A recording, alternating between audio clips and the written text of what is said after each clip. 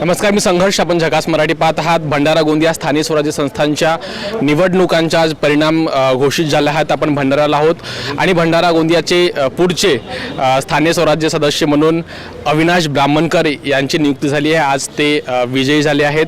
काँग्रेस समर्थित आणि अपक्ष असलेले नरेश ईश्वरकर हे त्यांच्या विरोधामध्ये उमेदवार होते.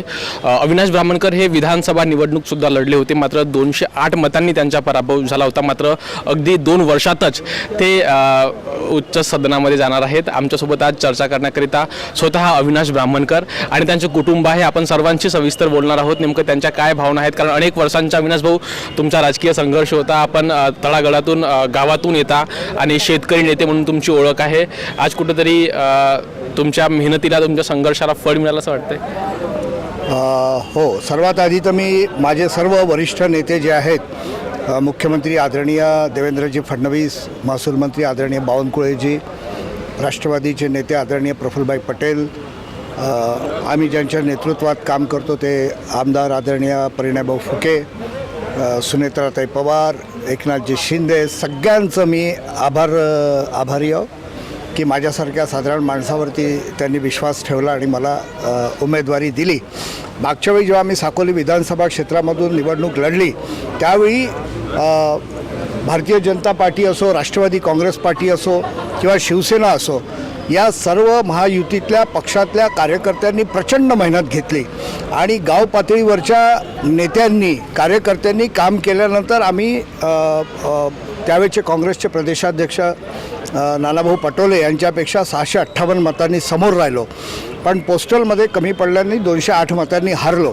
पण त्यावेळी सर्व कार्यकर्त्यांनी जी मेहनत घेतली होती आणि जे यश आम्हाला मिळालं होतं, त्या सर्व कार्यकर्त्यांच्या आणि मतदारांच्या भावनांचा आदर म्हणून यावेळी परत विधान परिषदेमध्ये तिकीट देण्यात आली.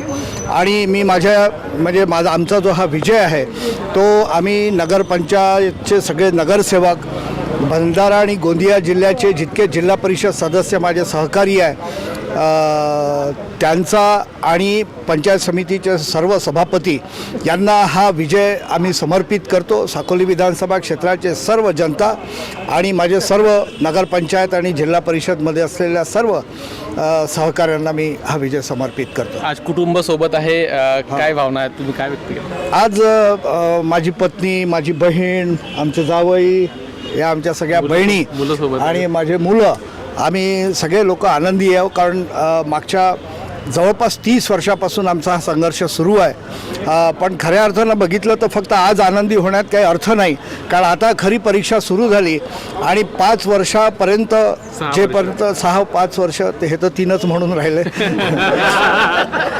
तर जितके दिवस आहेत तितक्या दिवस अधिक मेहनत करून सर्वांना न्याय कसा देता येईल याचा प्रयत्न आम्ही करू. बरं, कुटुंबातील लोकसुद्धा आहेत, ताई आहेत, त्यांचं काय सांगाल? आज भाऊ आमदार झाले, खूप खूप छान वाटतं आहे. 30 वर्षापासून तो अगदी जीवाचं रान करून इथे सगळ्या लोकांची, ज्यांना मदतीची गरज आहे त्यांना त्यांची मदत करण्याचा प्रयत्न करतो आहे. आणि तो म्हणजे इतकं मेहनत त्यांनी इतकी घेतली आहे आणि ते फक्त एखादं पद असावं म्हणून नाही, तर अगदी त्याचं म्हणजे लहानपणापासूनच ते नेचर होतं की तो सगळ्या लोकांची मदत करायचा आणि तेच त्यांनी इथे 30 वर्ष केलेलं आहे. ज्यालाही मदतीची गरज आहे त्याची त्यांनी मदत केली आहे, पण आता हे पद आल्यामुळे तो अजून चांगल्या प्रकारे लोकांची मदत करू शकेल आणि तसाच तो तळागाळात सगळ्या ज्यांना मदतीची गरज आहे, ज्यांचे काम अडले आहे ते करेल असा मला विश्वास आहे. बरं, वहिनीसुद्धा आहेत. वहिनी, काय सांगाल? काय तुमची पहिली प्रतिक्रिया? मला तर म्हणजे सर्वप्रथम खूप जास्त आनंद झाला आहे आणि सगळ्यांचं मला धन्यवाद मनापासून करायचं आहे. आणि या क्षणाची मी कितीतरी वर्षापासून वाट बघत होती, तो क्षण आता पूर्ण झाला, इच्छा पूर्ण झाली आणि समाजसेवा करत इतके वर्ष झाले, पण आता खऱ्या अर्थाने आमची समाजसेवा सुरू झाली. सूर्याचा जसा उदय होतो ना तशा प्रकारे. म्हणून मी जास्त बोलू नाही शकत कारण माझं मन म्हणजे भरून आलं आहे, तर त्याच्यामुळे धन्यवाद. मला सगळ्यांचा खूप खूप धन्यवाद. बरं, मुलं सुद्धा आहेत, काय सांगाल? हॅलो. नाही, इतक्या वर्षांची 30-35 वर्षांची मेहनत आहे आणि बरेच वर्षापासून बाबा इकडे समाजकारण करत आहे आणि म्हणजे आमच्यापेक्षा पण दूर राहिलेत ते. तर तुमची सुद्धा सतत कंप्लेन होती की बाबा आम्हाला वेळ देत नाही, आमच्याशी दूर राहतात. आमची मागच्या वेळेस मी बोललो ना भाषणांमध्ये माझ्यावर सुद्धा की वेळ कमी भेटतो आम्हाला सुद्धा. जास्तीत जास्त इथल्या लोकांसाठी ते वेळ काढतात आणि मी फक्त धन्यवाद करू इच्छितो सर्व जितकेही सोबतीत लोक होते मदत करायसाठी. महायुतीला धन्यवाद करतो, परिणय दादांना धन्यवाद करतो मी. आणि बस आता इथपासून अजून जास्ती मेहनत करणार आहे. बस इतकंच मला म्हणायचं आहे. धन्यवाद.